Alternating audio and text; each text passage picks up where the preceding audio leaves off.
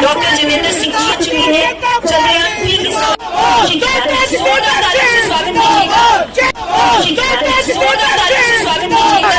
Doctor Jitendra Singh ji हमारे बीच पहुंच चुके हैं।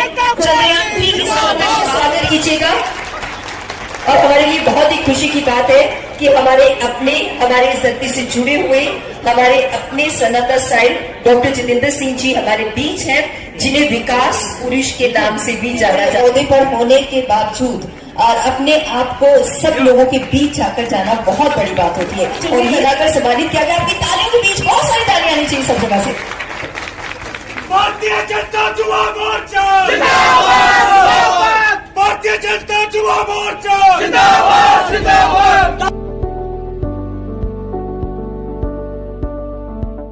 कि पिछले 10 वर्षों में प्रधानमंत्री मोदी जी के कार्यकाल में बहुत सारे ऐसे काम इस क्षेत्र को लेकर के, बसोली क्षेत्र को लेकर के, जो या तो छूट गए थे या अधूरे रह गए थे, उनको करने में, आगे बढ़ाने में हमें सफलता प्राप्त हुई है। एक तो मोदी जी का भी आभार प्रकट करना है। इस सड़कों की जो मांगें थी वो भी पूरी हुई। यहाँ सड़कों का जाल बिछ गया।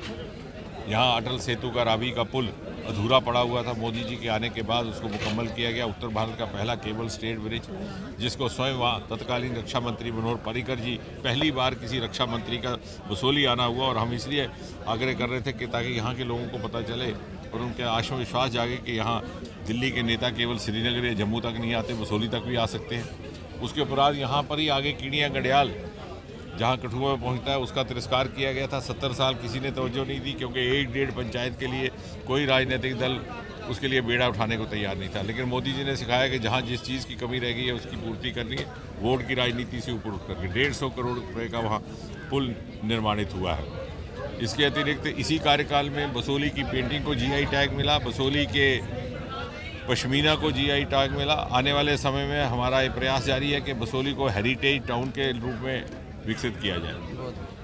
आज के कार्यक्रम के माध्यम से अरोमा मिशन का औपचारिक तौर पर यहाँ पर आगाज़ किया गया है। ये अरोमा मिशन हुआ है, जब प्रधानमंत्री मोदी जी जम्मू पधारे थे तो वहाँ भी हमने इसका उल्लेख किया था कि जम्मू कश्मीर में अरोमा मिशन ने जन्म लेकर के सारे देश को एग्री स्टार्टअप्स का एक नया विकल्प, नई कल्पना दी है।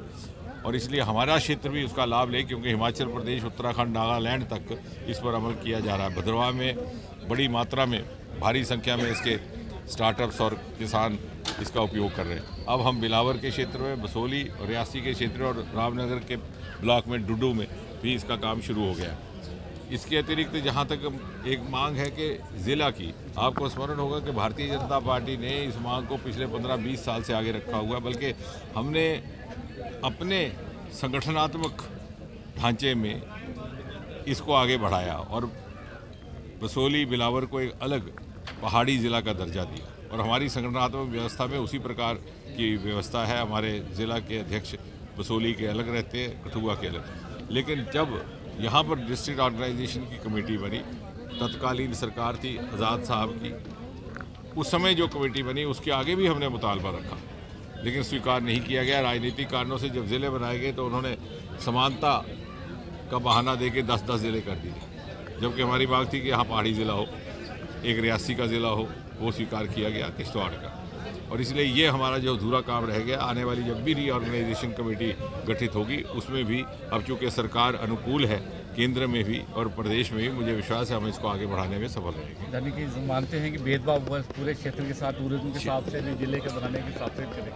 इस क्षेत्र में इतना सरमाया है, टूरिज्म का भी है, एग्रीकल्चर का भी है।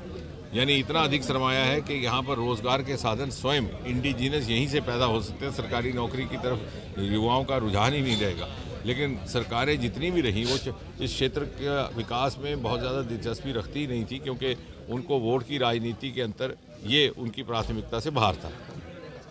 लेकिन आज उसकी कोताही को पूरा करने का ही प्रयास शुरू हुआ है। Thank you sir. चलो